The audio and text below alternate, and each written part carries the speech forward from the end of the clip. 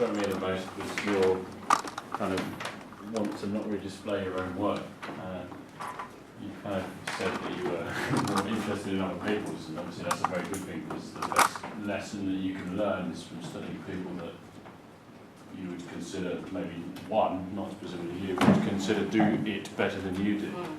I think one thing that I always struggle with is, like, I think every composer wants to change the world, and I think poetry is similar. Like, when you do art, you want to do something that no one else has done before.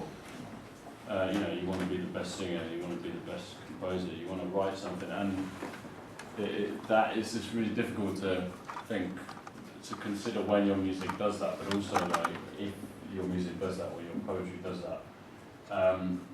But also to kind of think about yourself as to whether you have a point in what you do, if that makes sense. So like, for example, composers will write a piece and maybe use another piece of music. So like, for example, Brahms wrote variations on the theme of Haydn, Hindemith wrote wrote Metamorphoses on Weber. What gave Brahms, when he was writing that, the right to use Haydn? Because of course he was young, but or however old he was, but kind of there's a point when what I'm trying to say is there's a point when you kind of, I don't know when the point is that you gain that level of self-belief that you can do things like that, and that you think you're a good enough person to actually write the kind of poetry you write. I always struggle with that. I don't know what the point was that I was trying to make. It's like, See what I mean? That was why it struck me. That is why I said all this massive monologue. I don't know. I think possibly, maybe you never quite believe that. My teacher said to me, he was like, with some of the best composers don't realise they're the best composers. And he was specifically talking about a composer we know called Howard Skempton, who he sees as one of the foremost figures of 20th, and a lot of people do, I think. But he kind of blithely carries on writing this groundbreaking music without any real idea of what he's doing. Probably the amount of drugs he took or something. There's no denying that what he did is nothing like anything anyone else does. But then if you say to him, "Oh, this piece is groundbreaking because it is," he'd be like, "Really?" That's nice. So I think whether you ever do anything. I think analysis and creation are obviously both really important, but I think you can't do them at the same time, and I think you do kind of need to let go of that desire to be constantly working out what it is that you're doing, and you need to just. So do you think your analysis affects your poetry, or do you think that you do analysis and then you do poetry? You see them as good They things? definitely inform each other, but I think you can't do them simultaneously. I think, I find analysis to be really quite instructive when I'm composing, because I did a university degree for my undergrad, so we did loads of analysis and a little bit of composition if we were lucky. And you just find yourself like, you'll be writing a piece and you'll be like, oh no, I haven't used like a hexachordal combinatoriality tone group. Like, what the hell am I doing? I've just put down a C chord, and there's nothing clever about that.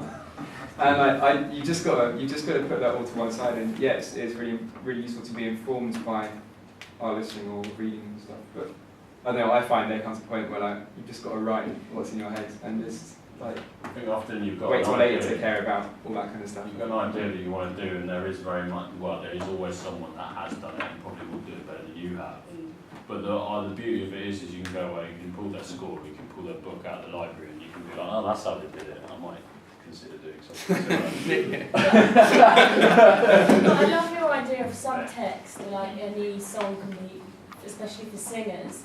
Quite often they say, okay, what are you singing about? And it might be about a bird that flies over and dies or something. It's not about that. It's about the love that you have for somebody who finally dies in the end. And I like your idea about subtext, and that it's in your poems as well, and it's in the music. So often we'll think, well, why did they do a crescendo there when, I don't know, he's talking quietly, but there's always a reason for it, and it's quite interesting to hear that. So I've got a question for the musician, for the singer, which is about whether you. I don't. It's like generalising too much. But well, no, specifically, well, okay, anyone who is required to interpret a text for musical purposes, do you get taught a close reading in the style that Vicky gave us an example of? Or, I mean, would you say so? Yeah, I think we are meant to, but that's what We're not taught to do that, though, I don't think. Well, you get taught that in school. So what Vicky, what you did with that poem was something that I did in A-level English exam. But I think that is a really good way to do it. I just want to add something else, exactly. As in that your poetry, this is just me, it had no answers in it, which was great. Because it was like entirely like subjective interpretation.